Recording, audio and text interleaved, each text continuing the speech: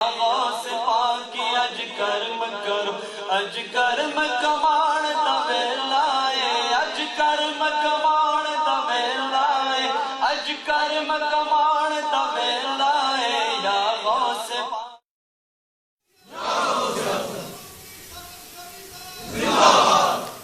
اب رب ٹوٹ گیا ہے.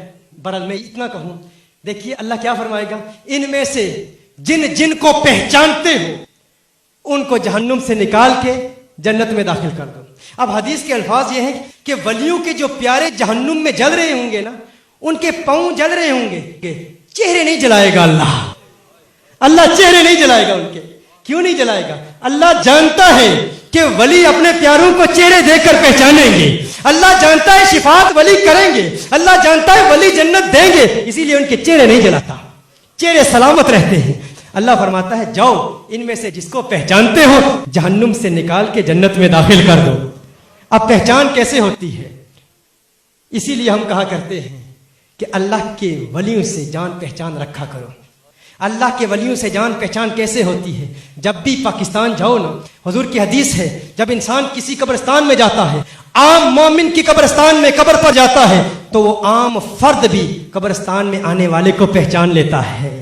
تو جب پاکستان جاؤ پاک پتن شریف ضرور جایا کرو، داتا علی حجویری کے مزار پر ضرور جایا کرو، کیونکہ اگر تم ان کے دور میں نہیں تھے تو نہ صحیح ارے قبر میں جان پہچان کر لو. بروز قیامت جب ولی شفاعت کریں گے تو تم کہو گے ہم معین الدین چشتی اجمیری کے دور میں نہیں تھے، ہم بابا فرید الدین گنج شکر کے دور میں نہیں تھے. جب جہنم میں پاؤں ہماری گناہوں کی وجہ سے جل رہے ہوں گے تو بابا فرید کو کہیں گے بابا فرید میں تیرے دور میں نہیں تھا لیکن بابا فرید یاد ہے پاک پتن حاضری ضرور دیا کرتا تھا.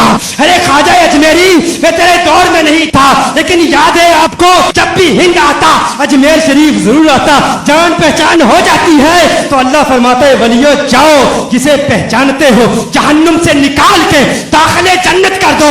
اس وقت کچھ ایسے بھی ہوں گے جو بڑی حسرت بڑی نگاہوں سے دیکھ رہے ہوں گے، کاش کہ دنیا میں ہم ولیوں کے خلاف نہ بولتے. کچھ ایسے بھی ہوں گے جن کے چہرے دنیا میں بھی لعنت برس رہی ہے، دنیا میں بھی جلے ہوئے ہیں، وہاں بھی جلے ہوئے نظر آ رہے ہوں گے، وہ چہرے بھی دیکھ رہے ہوں گے کاش کوئی ولی ہمیں پہچان لے. ارے ولی تجھے کاہے پہچانے، ولی تجھے کیوں پہچانے؟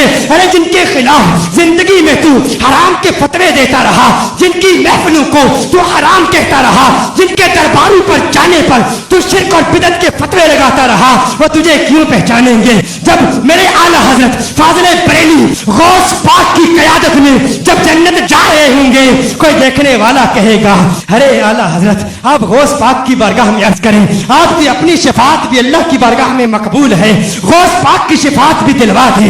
اعلیٰ حضرت کہیں گے ارے دیکھو تو صحیح غوث پاک کے ماننے والوں میں سے ہے کہ نہیں. اگر غوث پاک کے ماننے والوں میں سے ہے اعلیٰ حضرت شفاعت کریں گے، اور اگر کوئی گستاخ ہوا کہے گا احمد رضا ارے ہند کے باسی ارے خان صاحب ہماری شفاعت کرا دیجئے.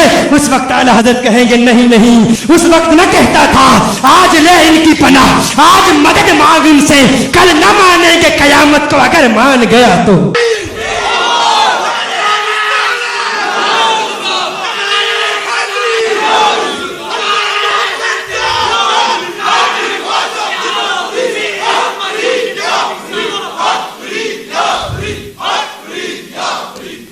یہ فکر ہمیں، یہ نظریہ ہمیں اعلیٰ حضرت سے ملا ہے.